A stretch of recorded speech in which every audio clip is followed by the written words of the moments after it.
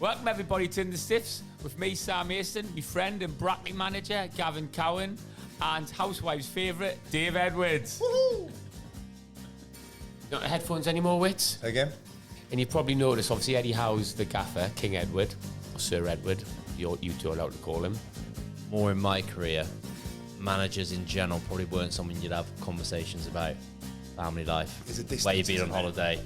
Joe was really good at, when the lads needed something or wanted something, he would say, let me speak to Kenny. I used to love them coaches to come and give you a little cuddle when it's not gone right. I'll fair play to him. And those coaches that come and give you a little cuddle, stab you in the back. Yeah.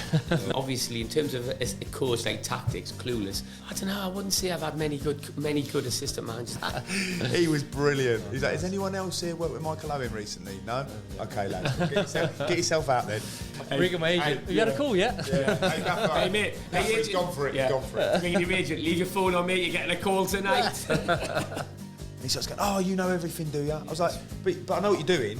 What you're doing is you're trying to prove a point because the physio's overruled you and your little ego has kicked in. Right, welcome everybody to In the Stiffs. We've got the Roadcaster Pro back out. Anyway, we're going to talk a little bit today about coaches and assistants. Now, that's come about because I've been watching quite a few Newcastle games, and you've probably noticed, obviously, Eddie Howe's the gaffer, King Edward, or Sir Edward, as you two are allowed to call him. But Jason Tindall gets a lot of press, and there's some good funny things knocking about with Jason Tindall at the moment, talking about how he's really good at standing next to somebody, and there's obviously a little bit of humour, and he brings it on himself a little bit, Jason, doesn't he? Because we're in the winter months, and he's got a wonderful tan. He looks like he's been to Turkey, had his teeth done. He's all round tan. But I thought, obviously, Eddie must trust him in some way, so I just thought it'd be quite interesting to hear your experience of coaches and assistant managers, because traditionally that's a sort of go-between between the manager and the players. So I was just wondering your experience of that and the sort of role these assistant managers and coaches played in your career. It was supportive or how it was. So Gav, talk about the role of your assistant manager in your current job. Jay, so Jamie Haynes is obviously my assistant, and it's quite seamless with us really, because what we like to think is that as Jay sort of come to work with me in football, he sort of adopted my ways, but he's also able to challenge me, which wasn't an easy thing to do in the early days because no one really wanted, like, especially with Crossbar. When I first started Crossbar, obviously you're very tunnel vision and it's hard, like you've got a bit of an ego and people challenge you and in your workplace and you're like, well, no, actually I know what I'm doing and you've got a bit of an ego. Glass houses, Sam. Yeah, but obviously as you get older, you realise that for growth you need to delegate. I think that's important. You need to trust, which was probably an issue for me, and then they can then sort of have the same ideals and philosophies as you, but then they're able to challenge you because in that, like we've got very similar likes and interests, but across that we will have obviously discussions on what we think, of course. So it's very seamless because Jay obviously is a director with me at Crossbar. Football, I like to think that I've been able to sort of introduce him to sort of my way of thinking of what I've learned from managers and coaches and assistants over the years. And then he's able to challenge me. And it's good now because we're in a little bit of a place where he feels comfortable challenging me. He's not precious because, I'm very much like, we've got a job to do. So when I'm tunnel vision, it could be like he's challenging me and I'm already where I need to be. So I can just sort of, yeah, all right, just like, that's probably in the nicest way I've ever done it. He's not precious at all. Yeah. So I can just say to him, Jay, shut the up, I'm on it. And he's just... It's really important that you have an assistant manager who's going to question you. Even if they know you're right, they need to give you other options. You can take it away, look at it, still stick to your guns if you believe that's the right thing, but it's important that you get a different point of view, isn't it? I think Jay now has seen the benefit of, obviously, initially, there's a lot of times I'm sort of poo-pooing him, if you like, but now obviously we're sort of almost like two of the same monster that have got different approaches. Like Jay's sort of a little bit more laid back than me. He's a little bit more diplomatic with me. I'm very sort of, high energy and I'm very intense. And then there's times actually where that's turning over. So Jay will be, getting onto the officials and stuff or the opposite technical area, and I'll just be like, let's concentrate on us. So I think we're a good foil for each other. I feel you find that throughout all successful management teams. It's a bit of a yin and a yang, isn't it?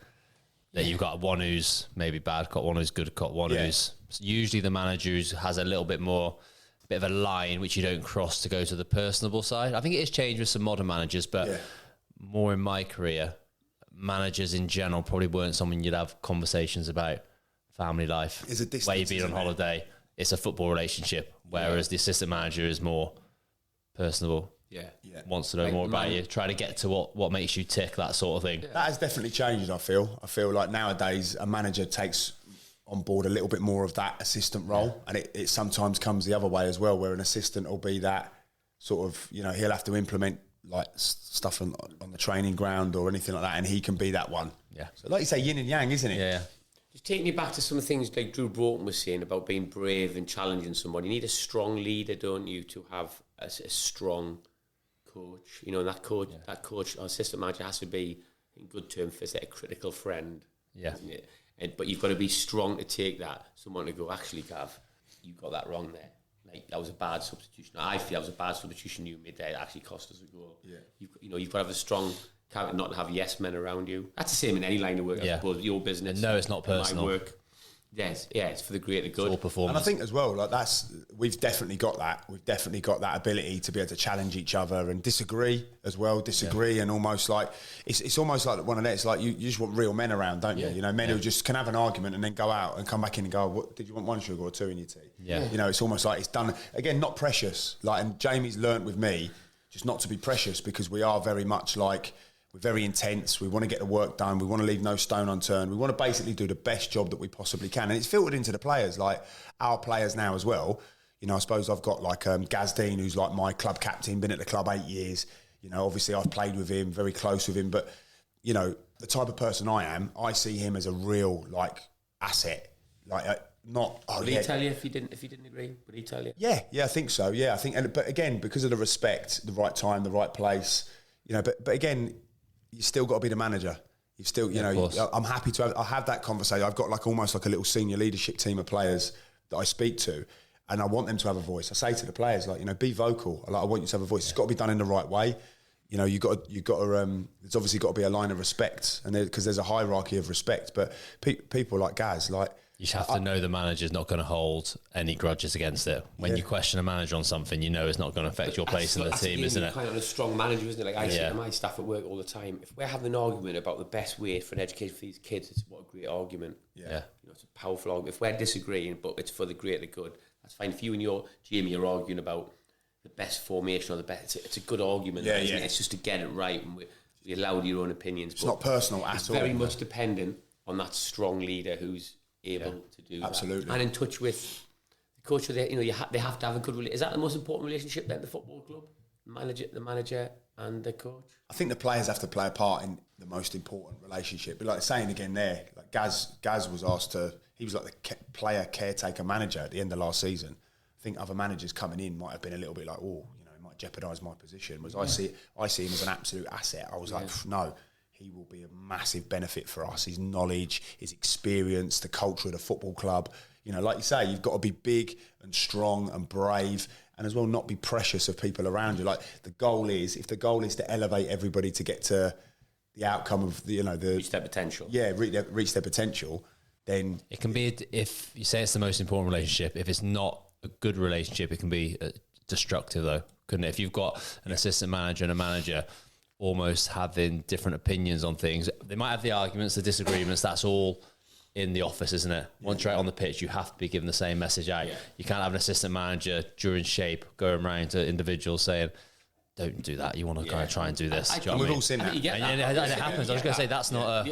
you get that. I think that's that lack of their self-respect. But I would lose respect for them, because I'd think, if you're slagging someone off to me, there's a good chance when you go speak to someone else, you're slagging me off to them. So I wouldn't expect. I'd have more just to allow to speak to the gaffer about that. Then he goes and him and the gaffer have an argument, and they come out and they go, "We've decided that we're doing that."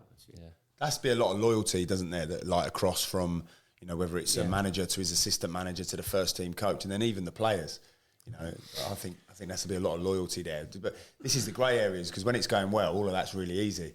You know, a few results don't go well, all of a sudden there's a few fingers being pointed. I remember Rio Ferdinand talking about Man United, and he was like, "Oh, it was great team spirit when we at Man U were winning everything." You're like, of course it was when you're winning. There's always a great team spirit when you're winning. But guess what? Our team spirit's not as good now. Yeah, because you've lost 4 on the bounce. And everybody starts like we all do. Question each other. Accountability. No one takes responsibility. I'm getting in the car, I'm in Gavin, I'm going, That last podcast, what was Dave like today? He was rubbish on comments there. Drunk again, wasn't he? Steam. Drunk again. Turned up late. Everything all right with him? Do you know what it made me think about? Remember when Drew Broughton spoke, and he spoke about Kevin De Bruyne and having a go at Pep Guardiola? Yeah. And he's like, because Pep Guardiola can handle that. Because he's not going, oh, Kevin's made me look silly in front of everybody by having a go at me. He's like, if I want Kevin De Bruyne in my team, he's going to kick back at me because he's such a big character and he knows his own mind. But Pep manages that. Puts his ego aside and goes, yeah, De Bruyne's had a go at me in front of thousands of people, in front of the footballing world. And Pep just takes it because he knows what he brings. See, I love, I think I've had to grow to be like that, but I love that. I love, everybody being inclusive. As long as it's all about intention for me. Like you just said there, if your intention is for growth, is for a common goal, moving forward, reaching your potential, I love all that. I love challenging each other. Yeah, you're not doing it for show. Oh, look at that. Who then, Dave? Who have you had? Who's been the top coach? Tell me. So from, I don't mean like coaching sessions. I mean who's been like the top link between players and someone who you respect, who you thought was a good person who challenged the manager but looked after the lads. I think relationship-wise that I've had with coaches, who I feel they've had that link really nice because we've had strong managers who don't want those personal conversations on them, and you almost, the only time you ever approach them is to do with football. So, and if you want to get a message back to the manager as well, if you're not playing or whatever, you speak to the assistant first. I think the two key ones were both at Wolves. Terry Connor, who was mixed number 2, followed him around everywhere. He was brilliant. So from a coaching point of view, I was young when I first joined Wolves, 22, 23. And TC put so much work into me, into sort of make me better. Sessions on my own. I used to go out in probably once a week. It was always me and Matt Jarvis, and we'd go out at sort of 9:30, 10:15. But the lads will come out at past, take us out. We'll do a session before training, and then get into the training session, just working on stuff. T was such a nice guy that he would be really considered with the way he spoke to you, and he would also tell you why, if you weren't playing, what the manager was saying. Do you know what I mean? It's hard for me to go to Mitch McCarthy and say, why am I not playing today? Yeah. Whereas I can say to T, what's the reason behind it? He says, he thinks that so-and-so can do more in this game because of that. He thinks that you were shit the last game, and he'll tell you honest. So he was really good. Joe Gallen, very similar under Kenny Jackett. Kenny was another guy who you couldn't have a conversation with him about anything else apart from football. He just had his guard up, and that's the only way you would speak to him. Whereas Joe, again, a bit more personable. Coaching point of view, he gave me one of the best tips. I said it on the podcast before. He gave me a tip when I was out trying to improve my game. I remember I had a bounce board out at the training ground at Compton, left foot passing, trying to get my left foot better. And he came out to me and was like, what are you doing, Dave? I said, you're not in the team because you're left foot. He says, every day after training, you need to be practicing scoring goals. That's all you need to do. Super strength. Yeah, super strength. And that made a massive difference in my career. But Joe was really good at, when the lads needed something or wanted something, he would say, let me speak to Kenny, and then I'll come back. And then he'll come back and say, no chance. Or don't ask, or he's not in the right mood. Wait till Monday, see how the game goes. Love that. We're talking about, we need to book a Christmas do. Do you think he'll let us have it off after the Brighton game? He said, I'll go find out. And he'll come back the next day with the advice, how you need to approach him, all those sorts of things. So Joe was really good. I think those two, probably because I had a long time under both of those as well. So I got to know them a lot more. Both very good coaches. Both a good laugh as well. I think you find that assistant manager, don't you? Do you know what I mean? They'll sort of get involved in all the banter and messing around. I think an assistant can afford to, though, can't they? They can afford to let their guard down a little bit and have a bit of banter because it's not their head on the block, is it? And when you lose a game, they don't have to be of course they're disappointed, everybody's disappointed, but where a manager's in turmoil, an assistant can be a little bit well, it's not my head on the block, is it? And he can go and just be like, you're right, to some of the players. They do come across as a little bit more personable and a little bit more connected. But away from those, so those two are sort of more relationship and help me. Yeah. But the biggest effect I've seen from an assistant manager was at Wales with Chris Coleman in charge. I don't know if he classed himself as a first team coach or an assistant manager, but Ossian Roberts, who did a lot of work with the FAW coaching courses beforehand, he was just an unbelievable coach, tactician, putting game plans together, knowledge that would in respect through the roof. Yeah, he's not someone who's going to come around. He's a nice guy. You have good conversations with him and things like that, but not on the level which club assistant managers have. But you knew when you turn up with Wales on a Monday or a Tuesday, you're working towards that game on the Saturday, whoever it's against, whether it's against Belgium, whether it's against San Marino, whatever. he knows exactly how you're going to beat them, and he implements the sessions tactically. Unbelievable. Then, which has become more important the later I played, is video meetings. So that wasn't there at the start, but assistant managers taking those video meetings and explaining things and being precise, being engaging to make the lads take it all in. He was honestly a master. And since then, he should have got the Wales job after Chris Coleman, I think. And he probably should still get the Wales job at some point because he's good enough. But he was Vieira's number 2 at Palace recently. Oh, right, yeah. He's gone out managing now. He's in Italy. He's gone out somewhere to take over to the end of the season. But yeah, he's had the biggest impact I've ever seen from a coach. Wow. You know what I mean? You think the role of assistant managers changed then? Because you're saying about the manager being a bit distant, but they're not so much now. You see Klopp and Guardiola, they're all cuddling the players now, aren't they? And they're all trying to emotionally connect with the players, aren't they? Because they understand the importance of that. Whereas 20 years ago, the manager would be a little bit aloof from everybody, and the coach would have that. But now the managers, I think, wouldn't have, don't they, it seems. Yeah, no, I agree. I think like not it's the same as obviously the Klopps, but like in my situation, I'm quite close with my players. Yeah. So I think that's it. You have to, everybody has to be now a little bit more. Do you think? Yeah, I like to. I have an interest in them. Like I was like it as a player. You know, like if you sat next to someone in the changing room, I wanted to know what they were about. I wanted to know. Like, you know, what the missus' name was and the kids' names. I wanted to know like what they were doing at the weekend, and like I was just big on relationships in a foot. Like it's your centre half partner. Yeah. You got to know your centre half partner. So you sign for, you know, when we were at Gainsborough, for example, we couldn't. It's part time, barely knowing the lads. When you're full time, I want to know my teammates. I want to know what they're up to. I want to socialise with them, because when you're on the pitch, then you know you're getting results. Like I was big on that, and I'm the same with my players now. You know, I sit down with them, have conversations with them. Football's really evolved, though, isn't it, from a mentality point of view? In terms of you need to know what makes players tick, so you have to go into mental strength, mental health, all those sorts of things. Whereas human behaviour 20 years ago, that wasn't a thing, was it? No. I'm going to get the best out of you by shouting at you. And it's and the coach, I'll shout. And if you're not mentally strong enough, you'll go under, and I'll the coach might come and give you a little cuddle, but the manager would hammer you, and that would be the tactic. Yeah. The coaches that I used to love them coaches that come and give you a little cuddle when it's not gone right, and you think, oh, fair play to him. And then those coaches that come and give you a little cuddle, but then stab you in the back. Yeah. Loads of coaches who mate, happens all the time. I look back, I'm going to name some. It's so many weak assistant managers and coaches who I thought. Go on. Like hundreds, I would say loads all the way through. Who I look at them, I think I never looking after themselves. Yeah, just didn't have any. Yeah, and I understand why, but like have a bit of respect for yourself. You know, like if you can't do something, just say no. Like I'm not doing that. Like this, I don't know. Sometimes I say to my staff at work, if you can't do it, just say I won't be done that by Sam. I'll get that done as quick as I can, but it won't be done by tomorrow, just because I can't want more. Like I didn't meet many coaches who were their own person. I thought who was a real big character. Funny enough, I was thinking about like Cookie. You know, obviously, in terms of a coach like tactics, clueless. But in terms of being his own person, Dave Cook, he wasn't dictated to by Jimmy Quinn. He wasn't. Like, he didn't need that. He wasn't like, you know, kissing Jimmy Quinn and like this is.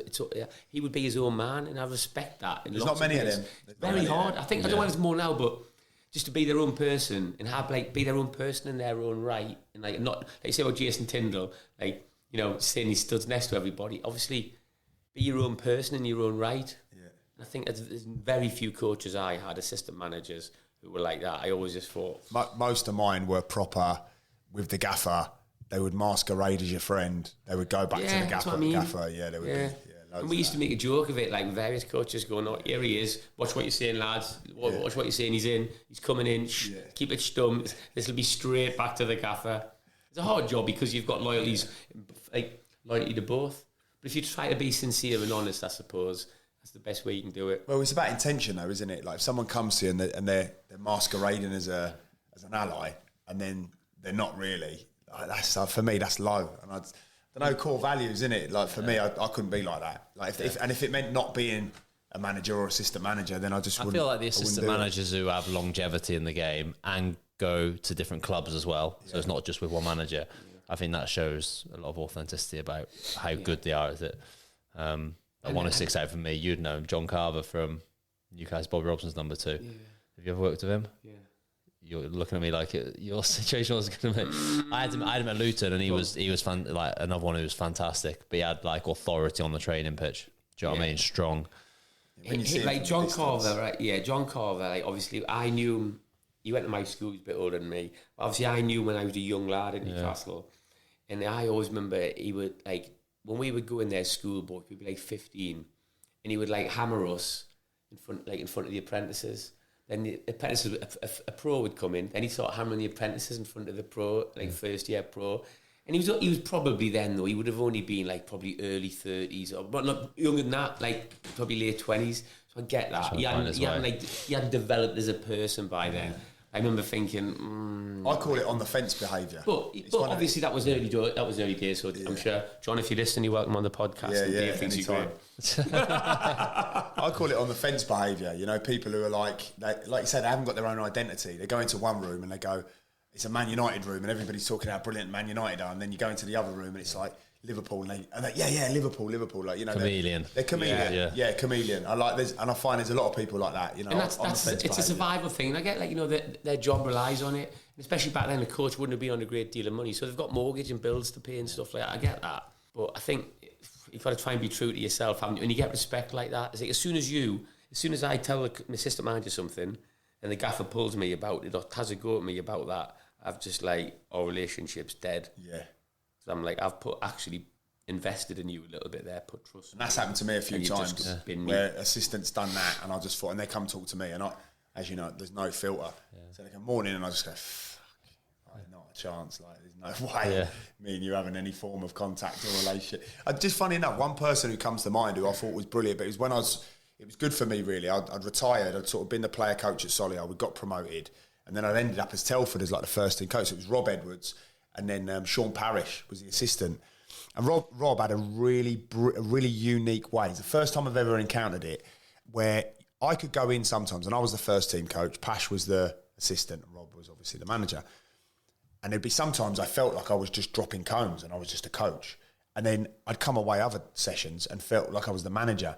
And he had a really unique way of doing that, like of sort of elevating you, empowering you. But Pash was brilliant as well. Like, Sean Parrish was excellent, because for me, like, Pash obviously very experienced coach, been at Wolves at this time, been at Wolves for years. It was still there, was an assistant. Rob's his cousin, so obviously like they're working together. And then you got this jumped up little idiot me coming out of the back of retirement and obviously thinking I know absolutely everything. But Pash was really, really good, because Rob would come to me for certain things because obviously I knew the level a little bit more.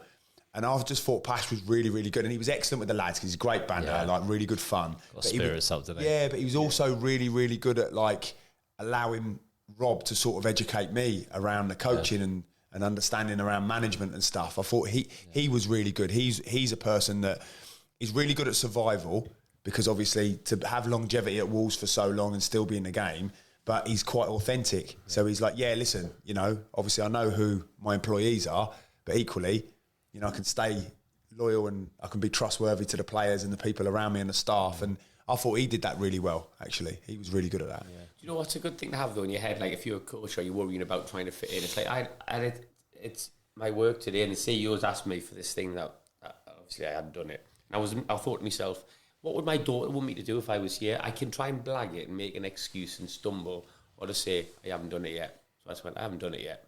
That was it. Yeah, sacked. Yeah, so that's why. So I've been sacked and come with it. Yeah, no problem. Yeah, no, it's being accountable. It's being accountable. I thought, like, you know, if I'm in a meeting, I was thinking, imagine if my daughter was sat behind me, like, I'd want to show how to conduct yourself, and have a bit of integrity. So if you lose, like, but you do it with integrity. Absolutely. I think that'll always be respected. Be yourself. If I come and work for you, Gav, I disagreed, I'd go, right, in front of that, if I wouldn't say it in front of anybody else, I'd go, I disagree with you there. You're sacked. Just keep getting sacked from everywhere. And go, be sat like a homeless person, sat on there. But I say, hey, tell you what, though, full of integrity. You're so accountable for yourself. You losers who've been like doing the right thing, climbing the ladder. I think you made a point earlier, though, about it being an age thing. I think as you get older, you get a little bit more, you know, you get more comfortable in yourself, your surroundings, the ego sorts to dissolve a little bit more, doesn't it? And I think there's that whole saying, isn't there? Accountability brings opportunity. You know, people will always respect you if you just hold your hands up and go, do you know what? I've cocked up there. I've had one. People always go, right, no problem. That's when you normally get a bit of unity, because people go, right, well, if you're going to be accountable for it, let's all jump in together and solve that problem. You say sorry and apologise and say you've got it wrong. It's very, very powerful. Yeah, absolutely. I'm sure that bit of vulnerability to people is what. I haven't had to do it for about 7 years, but yeah. No. But yeah, to be able to say, look, I'm sorry, I got that wrong. Everybody thinks fair play. No, I agree. Very hard for someone to still say and be angry with you like that. And another talking about passion, you're saying about how good he is with the players. That's another big thing for assistant managers is when the team's going for a bad patch or you've lost on a Saturday, is raising that mood on a Monday morning or keeping spirits high when the manager's under pressure. Yeah.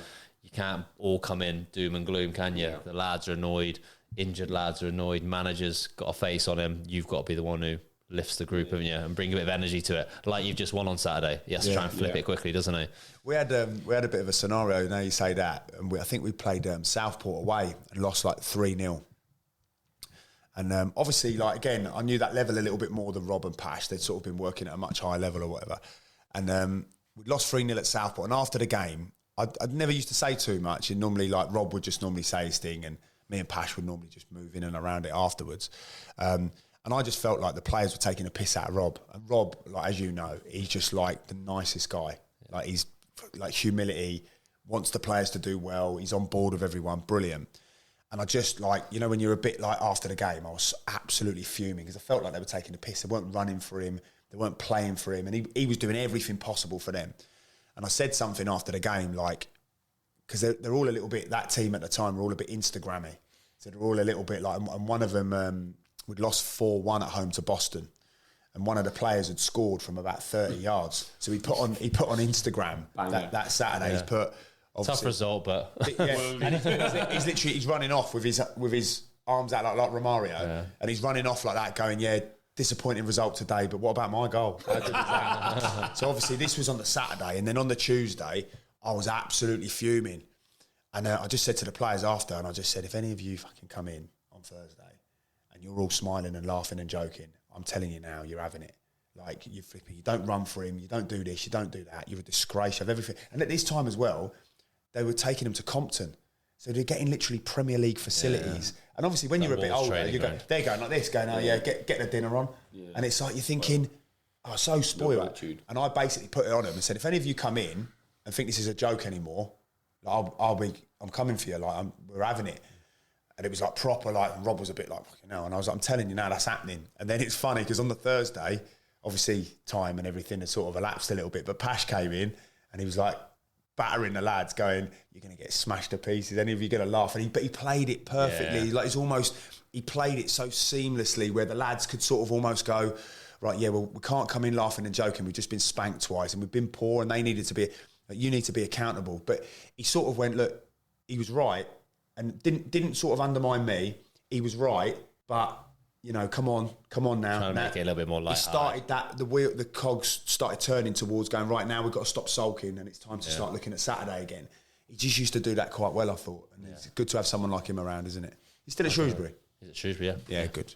I think basically what we're thinking, the perfect coach is someone who is going to question you, is going to challenge you, but a good coach needs a strong manager who can handle that. Like you said there, and we're joking, but if I said I'd work for you and I'd say you got that wrong, you go yourself. Yeah, like that is a joke, but people will do that. Yeah, she's ridiculous. They'll just say you're gone because I do not want any challenge. And it has to be the other way as well. Like, I know, like with me working with Jamie just respects me highly. So he also understands that when my mind's made up, and like we go and it has to be with reason and logic. You can't just go against someone because you're like, no, I've got to be right. It's like, look, this is the reason and logic behind it.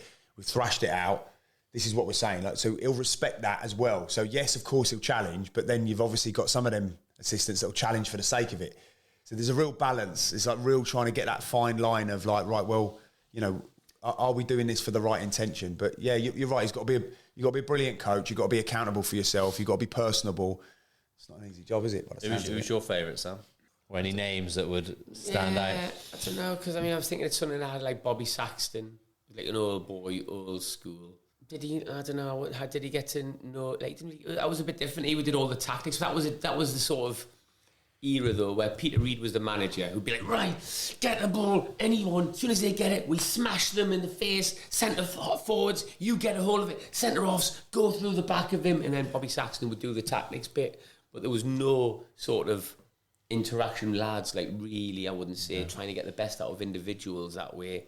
You do tactics on Shrewsbury. I've had Dave Fogg. I had Kevin Ratcliffe. I had Dave Fogg. He was like the Scouse. He was a bit nuts. Remember one time he was mental. Like I asked, I think one of the lads hadn't come on a night out. I said to one of the lads, I'd gone, say it was, I don't know who it was, like Mossy or someone. I've gone, send me Mossy's number. Give me Mossy's number. I'm going to ring because he hasn't come out. Obviously standard, like Luke or someone's given me the system manager's number. I'm like, where are you? Where on earth are you? We're like 11 o'clock and bit like, and he's gone, who's this? Yeah. Who's this? I'm like, who's this? And I was like, and he's like, who's this lad? And I thought, oh no, that's Puggy. Is that you, Sam? Up with me.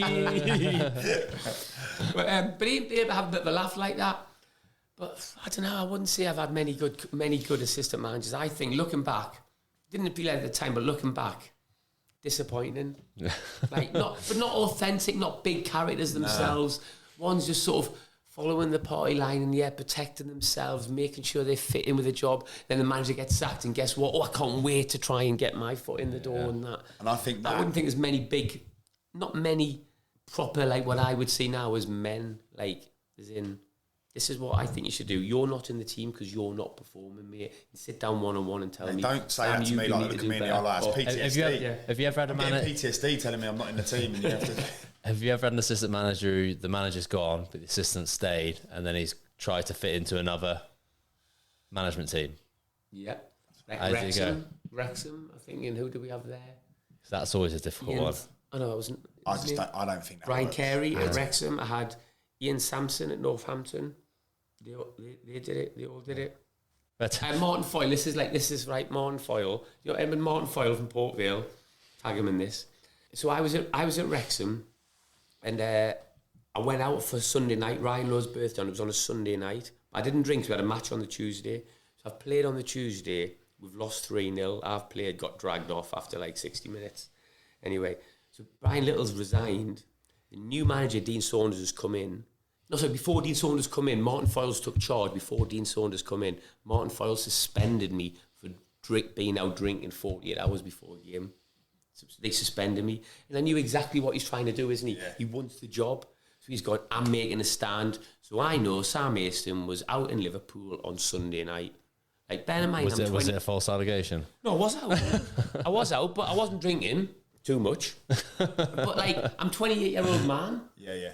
Like, and I didn't play well on the Tuesday, but I'm a 28-year-old man on a Sunday night. And there's the problem. He's tried to then, and I thought, he then tried to make a stand and show at the chairman. He went, so Sam's suspended till further notice. And Dean Saunders come in, and Dean Saunders' first speech, when he said something, and he said, Dean Saunders said, and I heard about someone going out like 40 hours before a game, that's not acceptable, no one does that. And I thought, well, so Martin Foyle has not only done that, he stayed with Dean Saunders and then told Dean Saunders that story. Yeah. And I thought, what is that? Yeah. Foyley, you nugget. And unfortunately, looking back, there's not many assistants, is there, that aren't that way. Most of them have been like that over the years. Like he's used somebody to try and get a job. Yeah. I'm going to make this stand. Which is why I think some of the assistants that are good and do have the right intention, they stand out, don't they? They stand out because mostly, I think we're getting to the crux of it here, mostly assistants are arseholes, aren't they? Yeah. Because they're out for themselves. Well, they are, aren't they? A lot of them are out for themselves. A lot of them... everybody's out for themselves, aren't they, in some ways? But I get what you mean. They're protecting themselves and they're losing their integrity, aren't they? Core values are just out of the window, aren't they? This happened at Wolves. Talk about TC, who obviously I've got so much respect for. He took over the one season when Mick left, but then they made a change at the end of the season. They brought in Ståle Solbakken and a Norwegian. And they had that much respect for TC, the football club. It's like, we want you to stay. So you stay on as a coach. But he's got 2 Norwegian guys sharing an office with. They did not include him in anything. No. Like, they were having meetings without him and stuff like that. He was coming out on the training pitch. He'd do like the warm-up or the circle or something. Then he's just standing there. But he's still carrying himself with dignity. Yeah. But then the point where it kind of all went a bit peak tongue was we're doing a little bit of shape, and the gaffer's chucked him a bib and saying, "Can you do me a left back?" Oh Oh, mate, he was taking throws for the opposition. DC, keep it. Keep the ball. Mate, he had a face of thunder. But you know what? He had sort of held himself that well. He just got on with it. But that's also that's one where the club have done it because they thought it was the right thing. But it's the wrong thing. But it's also weak from the Norwegian lads, because straight away the first thing I would do then, I would pull them in and go, look, you're not my choice. Yeah. I do not want you here, but you're here. However, so let's see if we can work together. Yeah. So I won't disrespect you, and I expect you, like, you don't disrespect me. It's your chance to. It's all cloak and dagger, isn't it? It's all like horrible. Behind someone's back and all that. And you just think, And I can't. And it's hard because they're younger, but they're all like. These are all like younger people, aren't they? Younger. Yeah. It's easy for us now at our age to go, I wouldn't do that. If I was 25, I don't know, I might have done. I'll tell you what, like, this will be a bit controversial, Dave, but like, I got on really well with him, but I know a lot of the lads at Shrewsbury weren't overly keen. But Mick Wadsworth, he was someone who had respect, though, wasn't he? He was authentic. He had strong opinions. Yes. Like, I got on with him brilliant. He was his own person. He was very unique.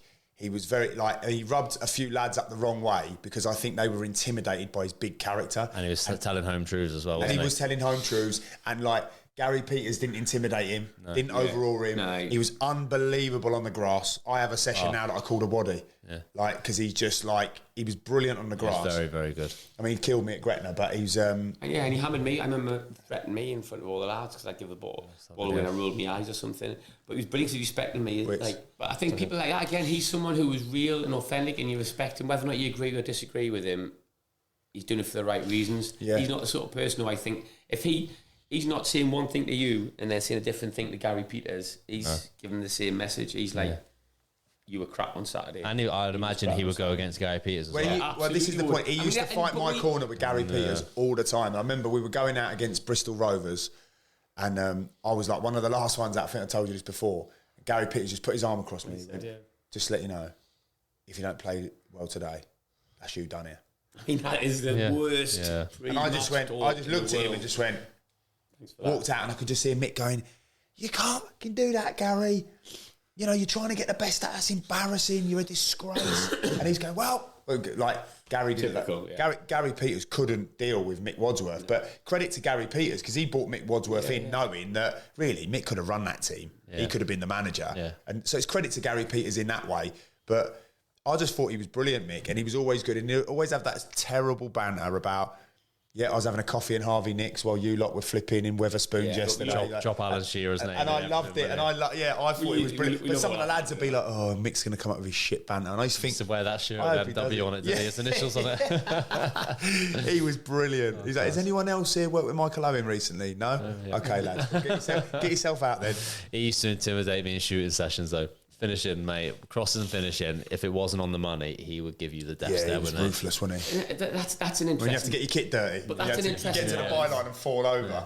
And you'd have to fall over unopposed. And he'd go, get your kit dirty. And you'd have to get to the byline and think, there's no one there. I'm going to cross it really comfortable. But you had to sort of cross it and fall over. And he'd go, brilliant, brilliant.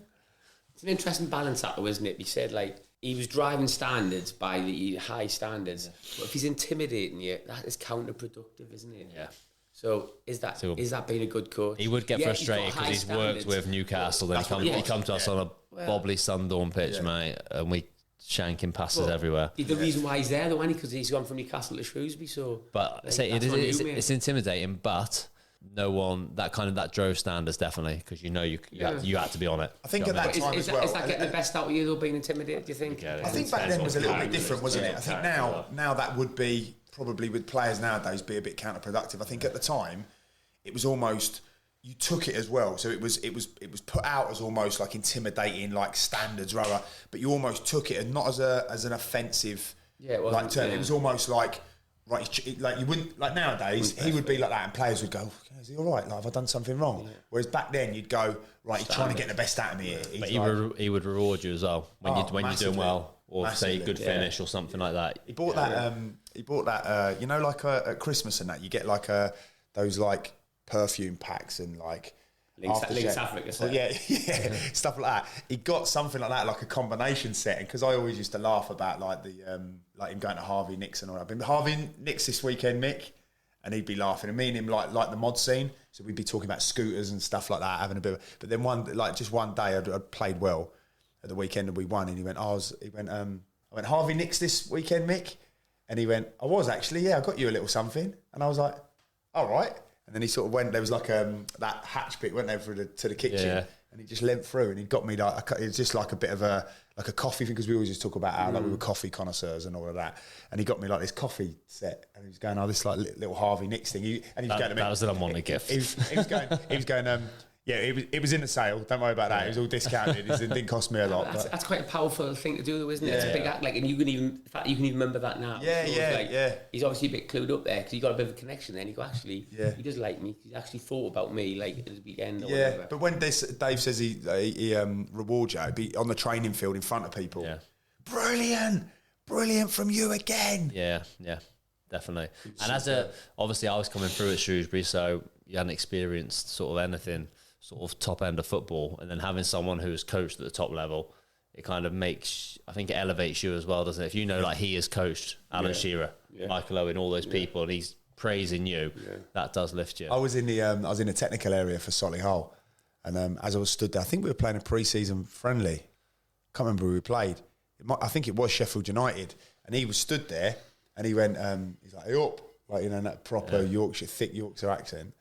And he was, I turned around. Hey up, Cowan. Yeah. It was something like that. Hey up, Cowan. And I just turned around like that. And I was like, all right, Mick. And he proper had the full-on Sheffield United tracksuit on. He had like a rucksack with both shoulders. I was like, what are you up to? And he was like, he does all like the player recruitment and all of that. Like, he's doing all of that sort of stuff. But it's brilliant to see him. Yeah. Brilliant. Good guy. I liked him. And I used to stand, when we were talking about loyalty, I used to stand up for him with the other players when they'd go, he's a bit of a dick and all that. I used to be, I think he's top man. Yeah, because he's got you on side. Yeah, he's authentic with me. He really was. You talk about coming from lower leagues and then say having someone like Mick. First time I got called up to the Wales squad or made my debut, John Toshak was manager. His two assistants were Dean Saunders and Roy Evans. And all of a sudden you're thinking like, Dino's a legend, Roy Evans, Liverpool manager, Houllier, all those sorts of things. And they were good, like old school. Still never forgive Roy Evans, because I remember after my debut, he just randomly come up to me after the game. I played well on my debut. I put his hand on my knee and was like, today, and I was like, buzzing Roy Evans saying, well, play. He goes, I'm going to have a word with Liverpool about you. And I was like, is that really? And he's like, yeah, no, honestly, I'm going to have a word with him. What's it, 20 years later, still not heard of him. It's not coming right, mate. What was he like then, Roy Evans, obviously?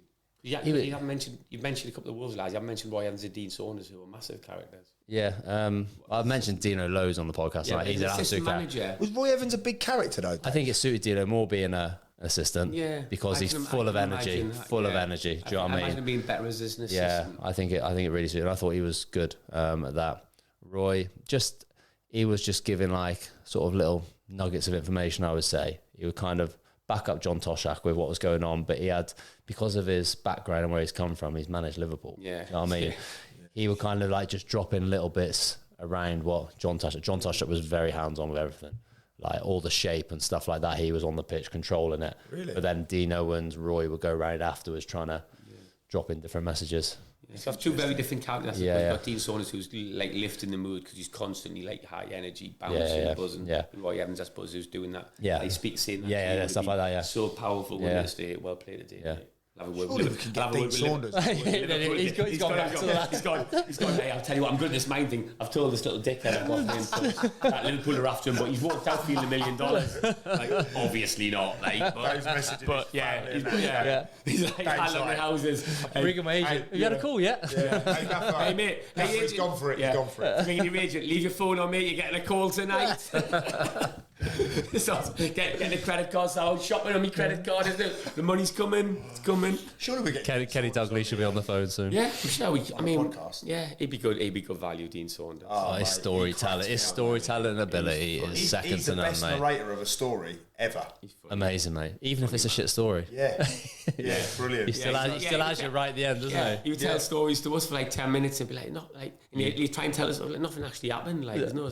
You'd be pissing yourself when you're way through it. Funny the one, and his energy, he was brilliant.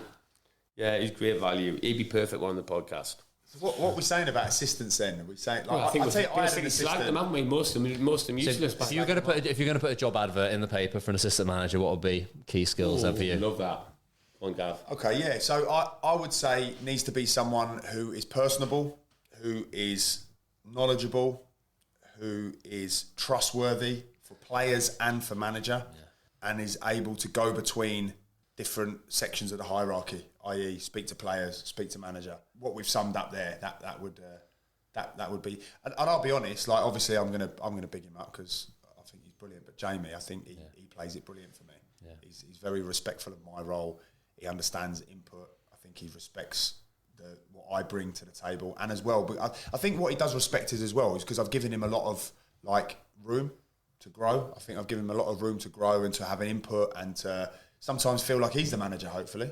Yeah. I'd like to think I've made him feel like... The only thing I'd add on to that is just to say strong opinions. Yeah. Do you know what I mean? Be willing to question. I think someone with, like, I don't know, good self-esteem, self-awareness in their own person, who's going to, like, not take any messing and go, like, you know, if you sit in the office with you and go, nah, I don't think we should do that. And most assistant managers I've had have not got many of them skills. Mick Wadsworth was quality. I used to have a guy, Glenn Pennyfather at Canvey.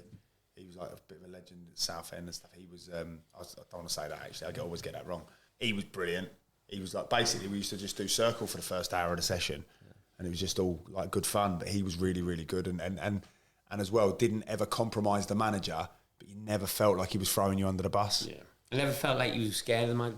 Brian Pop Robson, I mean, he was at Sunderland as well, like, you just thought he's his own person, he is. You know, like speaking to him, like he's his own person. He doesn't need to be. He's not desperate. He's not running Peter Reid a bath. Like washing his hair.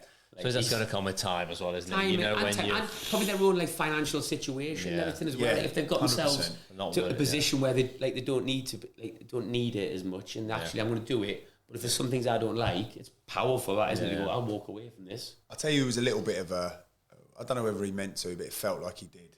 Leroy Rossini, when he came in, he was a bit snaky with me. He threw me under the bus with Gary Peters a little bit. He's one of them where he'd sort of come to me for me to confide in him. So I'd had like a bit of a conversation with him. And then Gary Peters was throwing it back in my face on the training field. Well, that like, killed it. Yeah, that was the end of it. Done and dusted. I thought he was a good coach. He was very different to what we had before, like from an attacking point of view. I mean, was you John McMahon as well? Yeah, John McMahon. Yeah. He was another one bubbly. He was another one who's bubbly one. I was with him at Tranmere, but I don't know. Bit chip on his shoulder, like a little bit like small man syndrome, maybe, but I liked all of them. I was young. I liked him, but he used to come down in and he'd be a bit like mouthing different ways, and I'd be like, "It's not my fault. You're 5'2" and bowl. Like, it's not. Have a go. Let's get on with it." Yeah, it did feel a little bit like that as well. Like the lads all whispering under the breath, like, "Yeah, you're not as good as your brother." Stuff like that. I remember once the physio. I hope he doesn't listen. Mate, I hope he does. We'll just get him on the podcast. We've just got 7 people can't turn down this podcast now. I had once with John McMahon. We were at the training ground, and he said, "Oh, we're going to run to the gym." But I think Rach was the physio at the time, and I'd had shin splints. So she was like, "I don't want you running to the gym on the concrete because of your shin splints and that." So I was like, "All right. That's fine, no problem." So I said to him, Macca, like, I'm not running there, so I'll probably just get on the treadmill and do something. He was like, no, you are. I was like, I'm not running to the gym because I've got shin splints. I'm not going to be able to play at the weekend. So he then had a massive huff. And then we got to the gym. We were only supposed to do a bit of conditioning. Yeah. He's gone, right, everyone, he's doing it for my sake. Everyone, we could do half an hour on the treadmill at like level 20.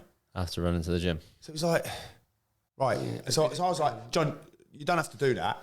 Like, if you want me to run on the treadmill, I'll run on the treadmill, but you don't have to get everybody else just to prove a point. And he starts going, oh, you know everything, do you? I was like, but I know what you're doing. What you're doing is you're trying to prove a point because the physio's overruled you and your little ego has kicked in. He bruised his ego. So now you're making a big deal of it. And so in the end, he was like, well, you can't do it anyway, can you? So you'll probably just struggle through it. So obviously, like, I fucking... You said you couldn't do either, John, with them little legs. Yeah. I absolutely smashed it. We did half an hour on level 20, and I was just like Terminator, and I was just like going, do you want me to keep going? Like, mate, I believe the story. Until you said Terminator, yeah. And, but I was literally at the end, and he was like, right, you can stop now, it's 30 minutes. I was going, do you want me to keep going, John? Do you want me to... I can keep going if you want. If you want me to keep going, just keep smashing these shins into... And he's like going, oh, yeah, clever, aren't you? Clever. Yeah. I said, well, you're clever, getting everybody doing it, look. Like, that was pointless, wasn't it? So... Yeah, you're right to do that. You called out because that's weak. Well, you say that, but again, it's like some people there would have just sheltered themselves and just like gone a little bit into their shell. Like, I couldn't deal with that sort of behaviour. That's where I used to fall foul of like management and stuff. if I ever fell out, because I just couldn't handle that behaviour. I didn't understand why people would just try and be dickheads. I have that quite a lot. Yeah. Yeah, me too, sitting in the middle of you two. Right, that's it then. That's good. That's quite serious. Well, we speak a lot about managers, don't we? So it's nice to speak a little bit about the staff. Yeah. About mentality and things again, isn't it? We're touching on that a lot, aren't we, at the moment? Things like that. It's looking good. We missed out one of the our most funny ones, but we'll save that for. We spoke about him briefly, Dave Cook. But we'll save that. We'll do a local live show at some point. We should get Cookie on. Yeah, he'd be good. He is golden, mate. Golden. Hey, look how good Dave looks there. He's actually bulked up since then, hasn't he? I know, yeah. You're looking at your size 14 feet. I'm just tired of the shattered. Anyone watching on YouTube, if you haven't seen this, it is very good. Get the balls out with the Shrewsbury Town players. We're going to do a lot more of these. Yeah, we're going to do a lot more of these. Yeah. Class. Right, lads. Right, Thank you. Have a great week, everybody. Woo. See you next week.